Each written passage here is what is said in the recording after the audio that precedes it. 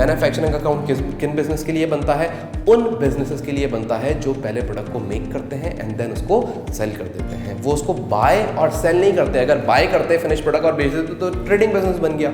ये लोग क्या करेंगे, पहले इस प्रोडक्ट को प्रोड्यूस करेंगे, इसको पहले मेक करेंगे, इसको पहले बनाएंगे और बनाने के बाद इसको क्या कर देंगे, बेच देंगे। तो इसलिए हम मैन्युफैक्चरिंग अकाउंट का टॉपिक पढ़ते हैं। अच्छा, मेरे पास जो मशीनरी है वो खाली इसी तरीके का मुझे मार्कर बना के देती है, यही डिज़ाइन बना के देती है, तो अब मुझे जब डिज़ाइन चेंज करना पड़ेगा तो दूसरी मशीनरी लेनी पड़ेगी।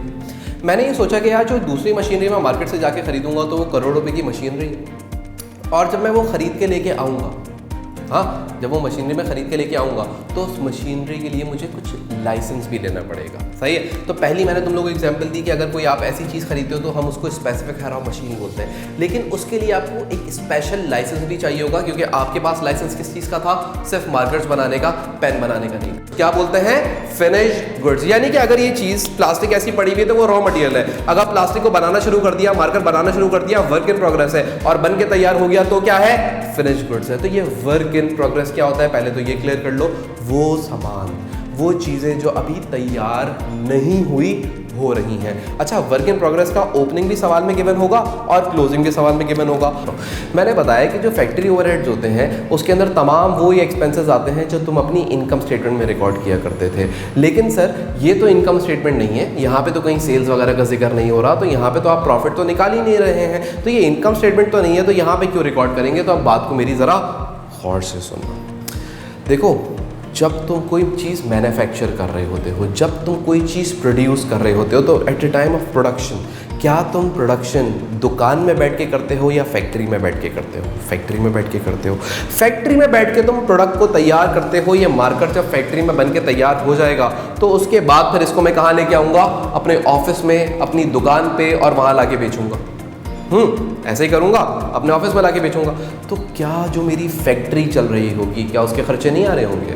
बिल्कुल खर्चे। तो याद रखिएगा, जितने भी फैक्ट्री से रिलेटेड खर्चे होंगे, जितने भी खर्चे फैक्ट्री के बारे में होंगे, वो तमाम के तमाम यहाँ पे लाके रिकॉर्ड कर दिए जाएंगे। इसी वजह से इसको हम बोलते हैं फैक्ट्री ओवरहेड्स। कौन से खर्चे?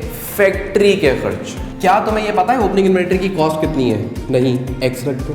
क्या तुम्हें ये पता है मार्कअप कितना है? 25। तो तुम्हारे पास क्या ट्रांसफर वैल्यू पता है तुम्हें कितनी है? That is 25,000। तो इससे मल्टीप्लाई कर दो 125% से। तो जब तुम x को 125% से वो करोगे, क्या कहते हैं इसको, सॉल्व करोगे, तो तुम्हारे पास आंसर कितना आ जाएगा? तुम्हारे पास आंसर आएगा 20,000। तो 20,000 क्या है? Is the cost of opening inventory, INV, inventory. सबसे पहली चीज़ क्या थी?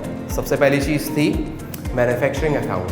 हाँ, फिर वहाँ पे एक चीज़ सीखी थी फैक्ट्री प्रॉफिट, फिर आती थी ट्रांसफर वैल्यू, नंबर 2, फिर वो ट्रांसफर वैल्यू जाती थी इनकम स्टेटमेंट में। तो दूसरी चीज़ हमने क्या बनाना सीखी?